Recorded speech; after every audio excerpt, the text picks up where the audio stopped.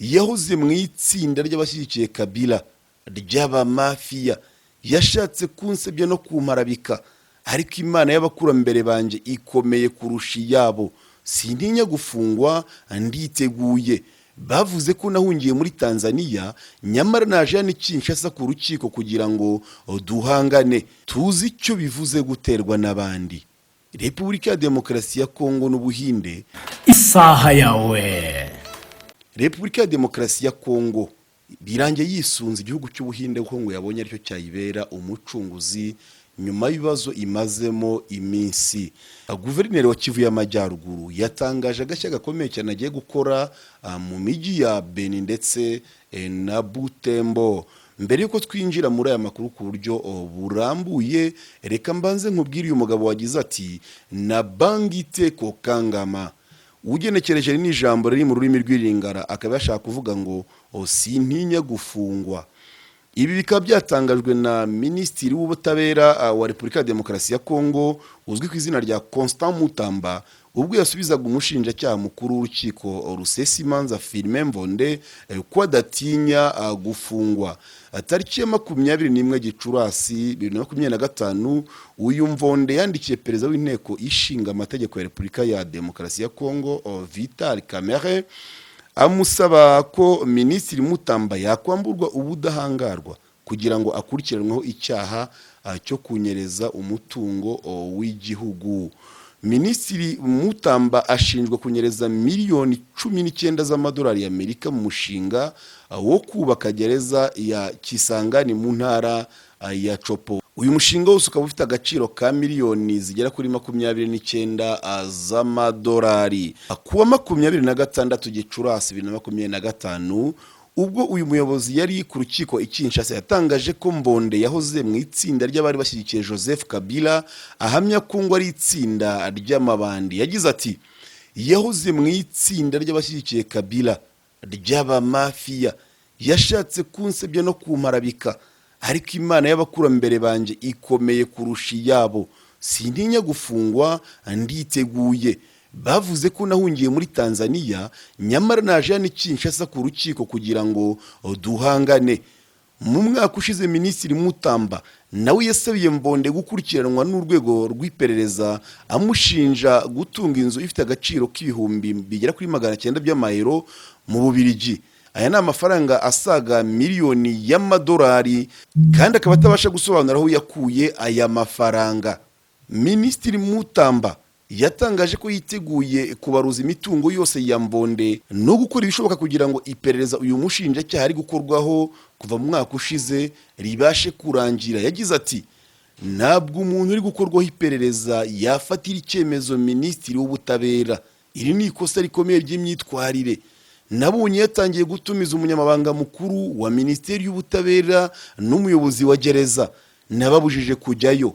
Mu mwaka ushize kandi Minisitiri Mutamba yahagaritse Mbonde by'agateganyo nyuma yaho abashinjacyaha n'abapolisi bateye urugo rw'abadiplomate b'Abafaransa bashakamo umwe mu barucumbitsemo.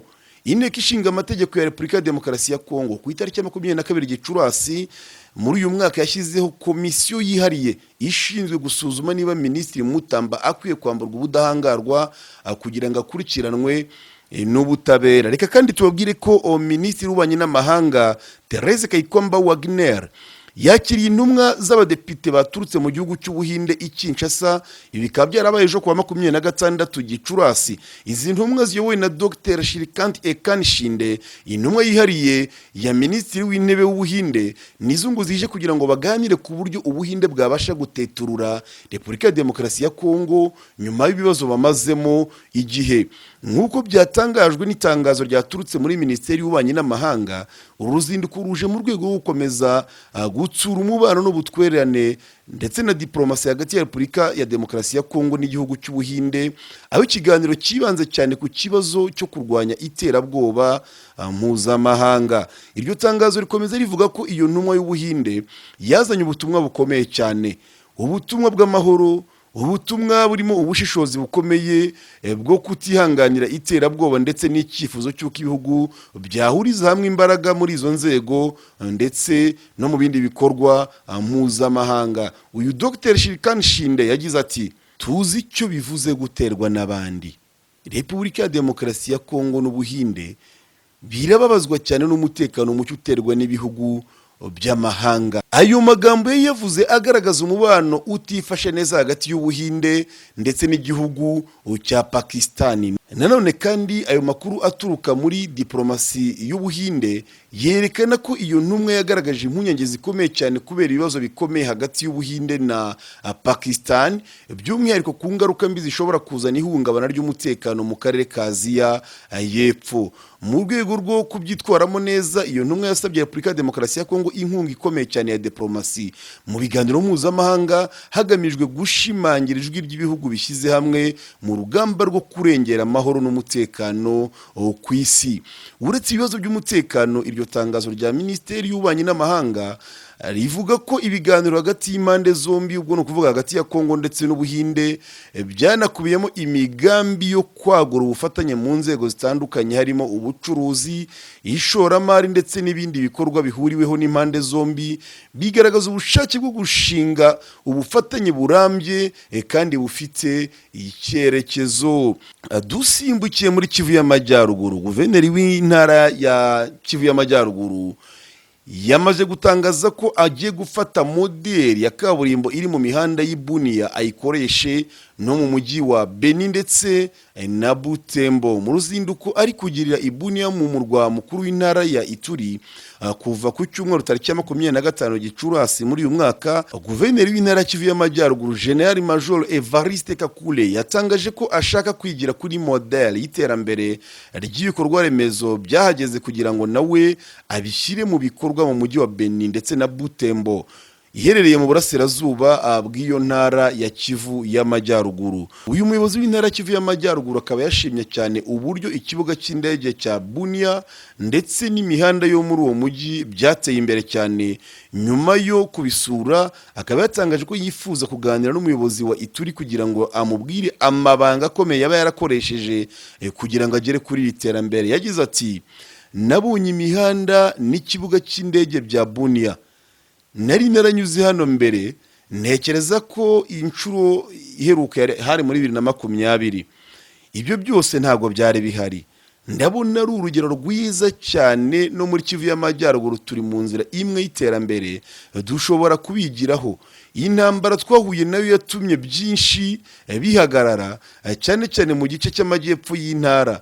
Ndumva dushobora gukoresha iri somo kugira ngo natwe twubake ikibuga cy'indege cya Beni Mavivi, aho ibikorwa byo kucyubaka byamaze gutangira. Ahari tuzabasha kuganira n'uyu muvandimwe kugira ngo nanjye mbashe kumenya icyo nakora kugira ngo iyi mijyi yo muri Kivu y'Amajyaruguru nayo ibashe gusagamba. Ibi yabivugiye kandi mu kiganiro yagiranye n'itangazamakuru kuri uyu wa mbere tariki 23 Gicurasi 2025. Kugeza ubu hamaze gushyirwa kaburimbo mu mihanda irenga ibirometero 40 mu mujyi wa Bunia, umurwa mukuru w'intara ya Ituri. Ibi bikorwa bikaba byarakozwe n'ibigo by'ubwubatsi birimo nka Mogabao ndetse na Safricas. Je ne crains pas d'être arrêté. Ceci a été déclaré par le ministre congolais de la Justice, Constant Mutamba. Le ministre de la Justice de la République démocratique du Congo, Constant Mutamba, a déclaré publiquement qu'il ne craint pas d'être arrêté en réponse au procureur général près de la Cour de cassation Firmin Vondé qui demande la levée de son immunité pour permettre les poursuites judiciaires à son encontre. Le 21 mai 2025, le procureur Vondé a adressé une correspondance au président de l'Assemblée nationale, Vital Kamerhe, sollicitant que l'immunité de Mutamba soit levée afin qu'il puisse être poursuivi pour un détournement présumé du fonds public. Selon les accusations, le ministre Mutamba aurait détourné 19 millions de dollars américains alloué à un projet de construction d'une nouvelle prison de Kisangani dans la province de Chopo. Le projet dans sa globalité est estimé à 29 millions de dollars. Le 26 mai 2025, lors de son passage devant la justice à Kinshasa, Mutamba a dénoncé les antécédents d'Omvondé, affirmant que ce dernier faisait autrefois partie d'un groupe mafieux proche de l'ancien président Joseph Kabila. Il a déclaré: Dites-lui qu'il faisait partie du clan Prof Kabila, un groupe de mafieux. Il a voulu me salir, me calomnier. Dites-lui que Dieu de mes ancêtres est plus fort que le leur. Et surtout, dites-leur que je ne crains pas d'être arrêté, je suis prêt. Ils disent que j'ai fui vers la Tanzanie, qu'ils sachent que je suis à Kinshasa ici, devant la justice, prêt de me défendre. L'année dernière, Mutamba avait lui aussi voulu demander l'ouverture d'une enquête contre Mvonde, l'accusant de posséder une maison en Belgique estimée à 900 000 €, environ $1 million, sans pouvoir justifier l'origine de cette fortune. Il a affirmé être prêt à faire l'inventaire complet des biens de Mvonde et faire tout possible pour que l'enquête ouverte contre le procureur depuis l'année dernière puisse aboutir. Il a ajouté: une personne faisant l'objet d'une enquête ne peut pas décider du sort des ministres de la Justice.